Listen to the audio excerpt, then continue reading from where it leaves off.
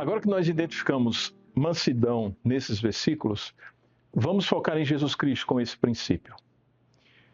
Vocês poderiam procurar em seus celulares uma gravura do Salvador exemplificando mansidão?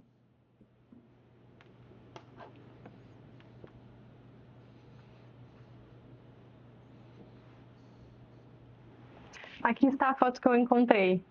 Jesus Cristo ele demonstrou mansidão quando ele decidiu obedecer ao Pai dele e sofrer por nós, expiar pelos nossos pecados no jardim do Getsemane. Excelente, Isa. Muito obrigado. De nada. Alguém mais gostaria de compartilhar a sua gravura?